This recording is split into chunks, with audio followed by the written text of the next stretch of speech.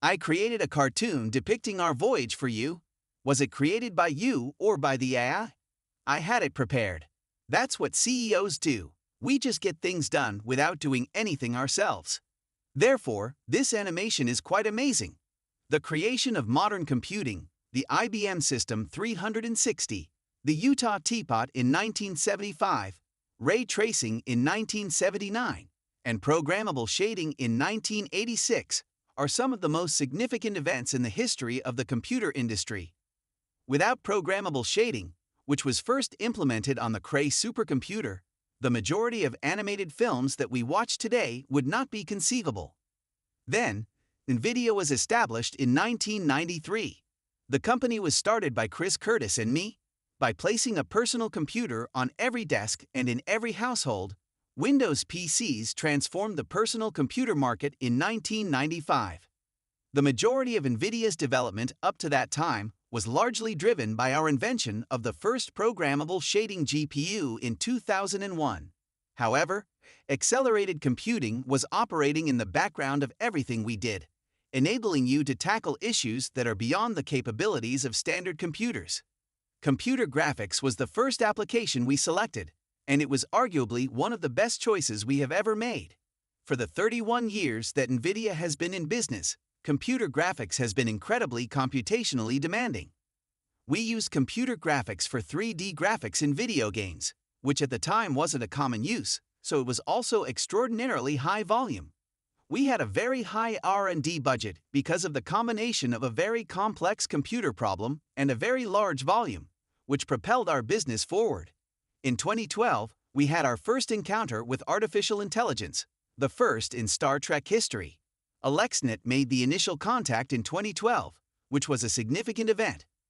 We noted that while AlexNet represented a remarkable advancement in computer vision, it was fundamentally a different approach to software development.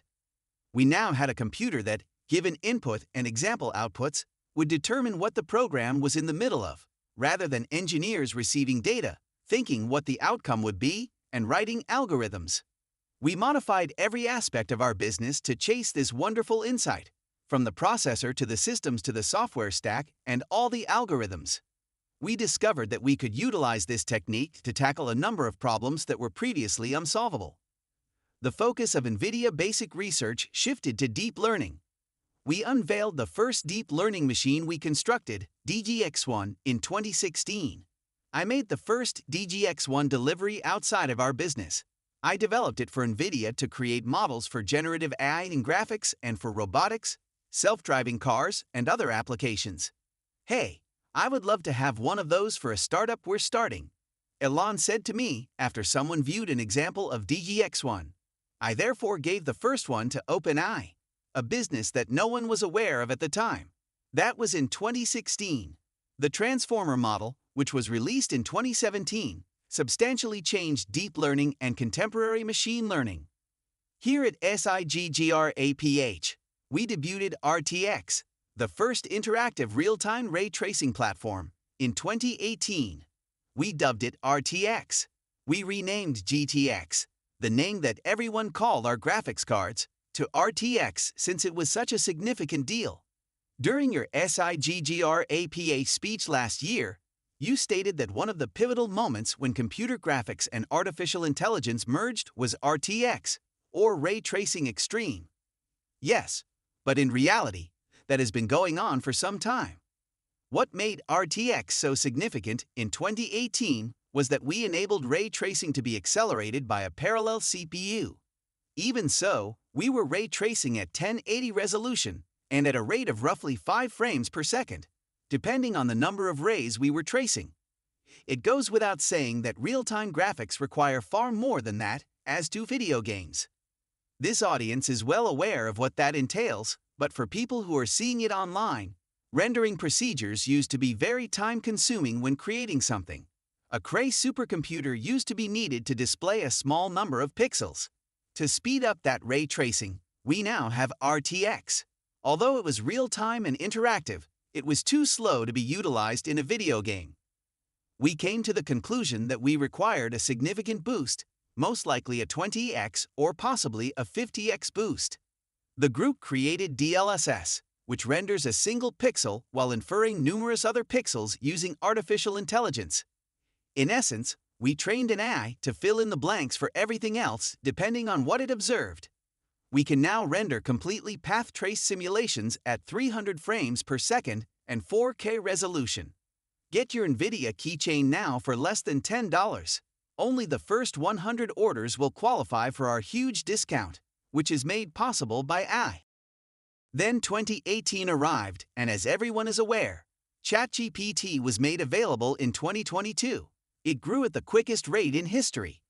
This will have an impact on almost every industry, including scientific computing, attempting to improve weather prediction while using far less energy, and most importantly, robotics and self-driving automobiles, all of which will be revolutionized by generative AI.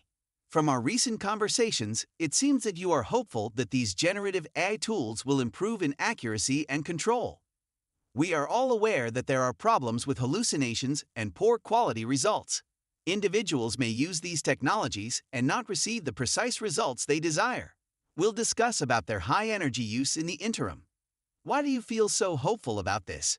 What do you believe is moving us closer to generative AI becoming genuinely that much more controlled and useful? The main innovation of ChatGPT was reinforcement learning with human feedback, which allowed us to use people to help the AI match our ideals or the tasks we want it to accomplish. Since then, more discoveries have been made. To prevent it from wandering off and pontificating about everything, guardrailing forces the AI to concentrate its energy or response in a certain area. It only concentrates on the tasks it has been trained to accomplish, is aligned to perform, and is deeply knowledgeable about.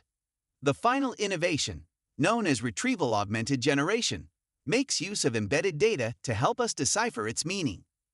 Beyond merely the training dataset, it is a more authoritative dataset. For instance, it could effectively create a chatbot of you by compiling all of your papers or publications, for instance. Anything I've ever said or written might be turned into a semantic database by vectorizing it.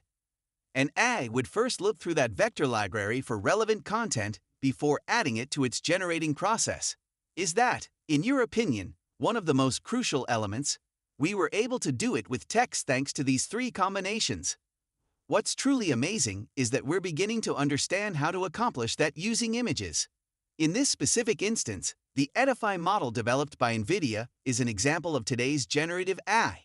It is a multimodal, 2D text-to-2D foundation model, and we collaborated with Getty to train an AI model using their data set. This graphic is a text-to-2D conversion. Additionally, you made this slide yourself, correct? The slide was made for me personally. This prompt might be used by someone who owns a brand. In this example, Coca-Cola. It could be for a fancy item, an automobile, or anything else. The image is created using the prompt. This prompt is difficult to regulate though, and it could produce something that isn't exactly what you want or cause hallucinations. Since words are inaccurate, it is quite difficult to fine-tune it using them. Therefore, it is challenging for us to control that image.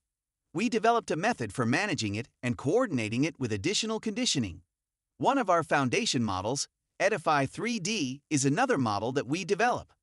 Our AI Foundry allows partners to collaborate with us by providing their data, and we use that data to build a model for them. Is it just their data? It solely utilizes their info, yes. For instance, this only makes use of all the training data from Shutterstock that they are authorized to utilize.